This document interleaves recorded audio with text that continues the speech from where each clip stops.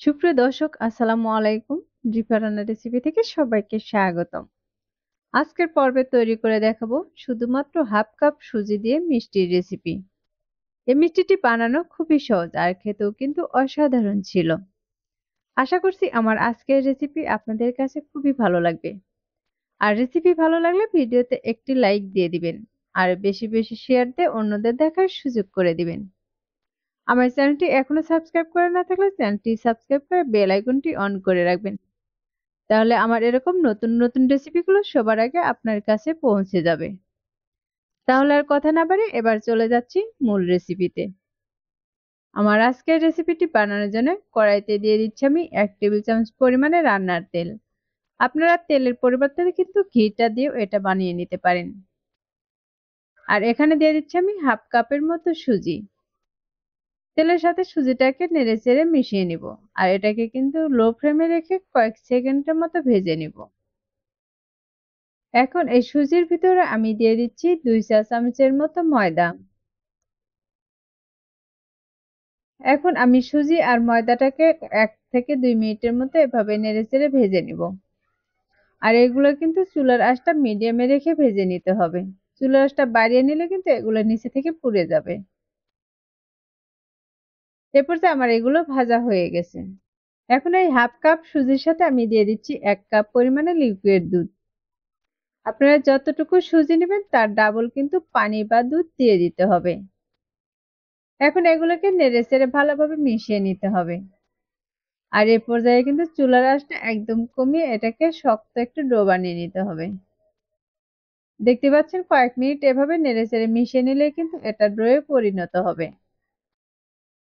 আমার এটা কিন্তু ডো রেডি হয়ে গেছে। এখন এটাকে আমি একটি প্লেটে উঠিয়ে নিচ্ছি। এখন এটাকে একটু ঠান্ডা করে নিব। সুজির এই ডোটা যখন হালকা ঠান্ডা হয়ে আসবে তখন এর মাঝে কিছু তেল দিয়ে দিব। আর তেল দেওয়ার পরে কিন্তু এটা ভালোভাবে মথে নিতে হবে। এটাকে আমি 1 থেকে 2 মিনিটের মতো এভাবে মথে নিব।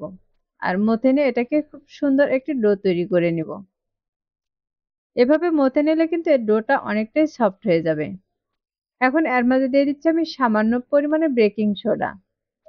এই বেকিং সোডাটা দিলে কিন্তু মিষ্টির গায়ে শিরাটা খুব সহজেই লেগে যাবে। এটা কিন্তু খুব দ্রুতই নরম হয়ে আসবে।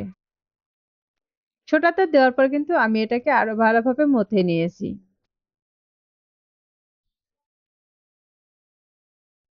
এখন এটাকে আমি প্লেটে কিন্তু গোল করে নিচ্ছি।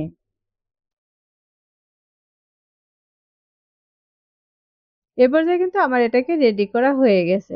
এখন এটাকে কিন্তু আমি একটি বোর্ডে নিয়ে নিব। এখন এই বোর্ডের উপরে আর এই বেলনিতে আমি সামান্য পরিমাণে তেল লাগিয়ে নিব। আমি এই সুজির ডোটাতে কিন্তু কোনো রকমের শুকনো আটা ব্যবহার করব না। তেলটা লাগিয়ে নিয়েছি, এবার ডোটা নিয়ে কিন্তু আমি হাত দিয়ে চেপে চেপে একটু বড় করে নিচ্ছি। আর রুটি বেলনা দিয়ে এটাকে খুব সুন্দর করে একটি রুটি বেলে নিব। এই রুটিটা কিন্তু খুব পাতলা বানাবো না, একটু মোটা করে তৈরি করে নিব।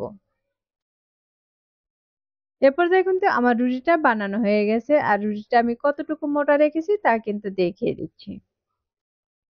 রুটিটা দেখে কিন্তু বুঝতে পারছেন এটা কতটুকু মোটা রেখেছি। আর আমি এখানে একটা ছুরি নিয়েছি আর এই ছুরিটায় কিন্তু সামান্য পরিমাণে তেল লাগিয়ে নিচ্ছি। তাহলে কাটার সময় কিন্তু ছুরিতে আর এই সুজির ডোটা লেগে যাবে না। এখন আমি 2 সাইডটাকে এভাবে কেটে নিব। 2 সাইডটা কেটে একটু সমান করে নিয়েছি আর আমি এরকম করে চৌড়া করে নিয়েছি।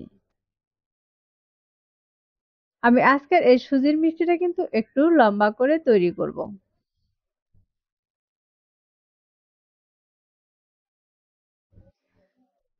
দেখতে পাচ্ছেন আমি এটাকে কিভাবে কেটে নিচ্ছি। এ পর্যায়ে কিন্তু আমার এটা কাটা হয়ে গেছে। আর সাইডের অংশগুলোকে কিন্তু আমি রেখে দিচ্ছি। এগুলোতে কিন্তু আমি আবারও পরে এভাবে বেলে নিব, নিয়ে এভাবে কেটে নিব। এখন সাইডটাকে একটু সমান করে নিচ্ছি। আর এগুলো কিন্তু আমি একটি প্লেটে উঠিয়ে নিচ্ছি।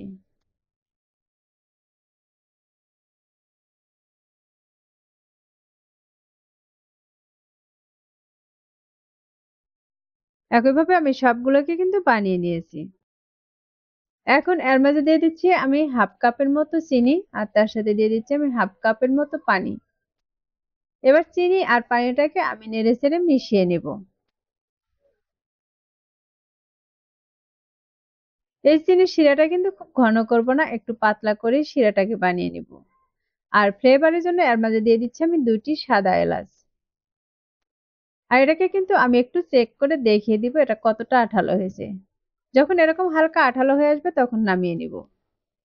আর এর মাঝে আমি চুলায় একটি কড়াই বসে তার মাঝে তেল দিয়ে তেলটাকে কিন্তু খুব গরম করে নিয়েছি।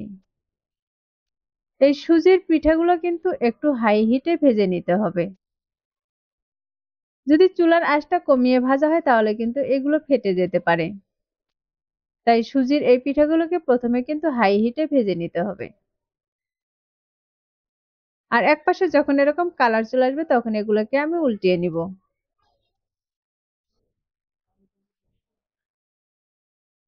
এগুলোকে আমি প্রায় 3 থেকে 4 মিনিটের মতো ভেজে নিব। আর এগুলো গায়ে কিন্তু খুব সুন্দর একটি কালার করে ভেজে নিব। আমি এর মাঝে কিন্তু বেশ কয়েকবার এভাবে উল্টিয়ে পাল্টিয়ে ভেজে নিচ্ছি।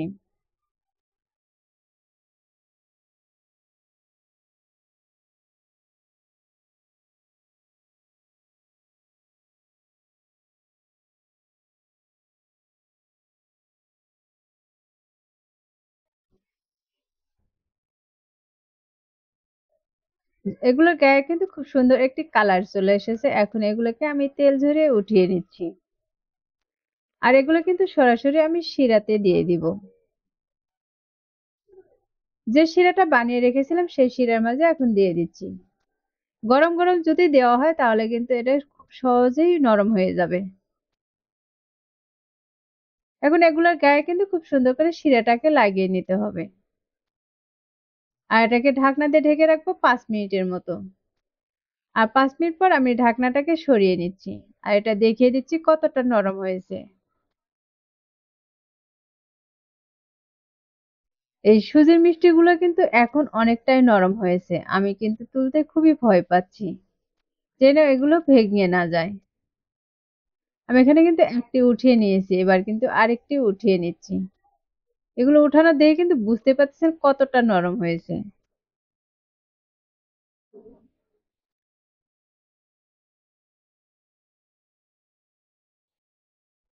আর এই একইভাবে কিন্তু সবগুলোই আমি এই প্লেটে উঠিয়ে নিব। আমি সবগুলোকে এখানে উঠিয়ে নিয়েছি। তাহলে দর্শক দেখতেই পেলেন এই মিষ্টিগুলো বানানো কতটা সহজ। শুধুমাত্র সুজি আর চিনি দিয়ে কিন্তু এই মিষ্টিটি তৈরি করে নিতে পারবেন। হঠাৎ মিষ্টি খেতে মন চাইলে কিন্তু ঝটপট এই মিষ্টিটা বানিয়ে নিতে পারেন। আর এখান থেকে কিন্তু আমি একটি মিষ্টিকে এভাবে কেটে দেখিয়ে দিচ্ছি। এই মিষ্টিটা কাটা দেখে কিন্তু বুঝতেই পারতেছেন এই মিষ্টিটা কতটা নরম তুলতুলে হয়েছে। এগুলো মুখে দিলে কিন্তু একদম মিলিয়ে যাবে। আশা করছি প্রতিদিনের মতো আমার আজকের রেসিপি আপনাদের কাছে খুবই ভালো লেগেছে। রেসিপিটি ভালো লাগলে ভিডিওতে একটি লাইক দিয়ে শেয়ার করার অনুরোধ রইল। রেসিপিটি অবশ্যই বাসায় একবার ট্রাই করবেন। আর আমাকে কমেন্টে লিখে জানাবেন আমার আজকের রেসিপি আপনাদের কাছে কেমন লেগেছে। যারা আমার চ্যানেলটি এখনো সাবস্ক্রাইব করেনি তাদেরকে চ্যানেলটি সাবস্ক্রাইব করার অনুরোধ রইল। আর যারা চ্যানেলটি সাবস্ক্রাইব করেছেন তাদেরকে অসংখ্য ধন্যবাদ। কথা হবে আবারও নতুন কোনো রেসিপি নিয়ে। এ পর্যন্ত সবাই ভালো থাকবেন, সুস্থ থাকবেন আর আমার ভিডিওর সাথেই থাকবেন। আল্লাহ হাফেজ।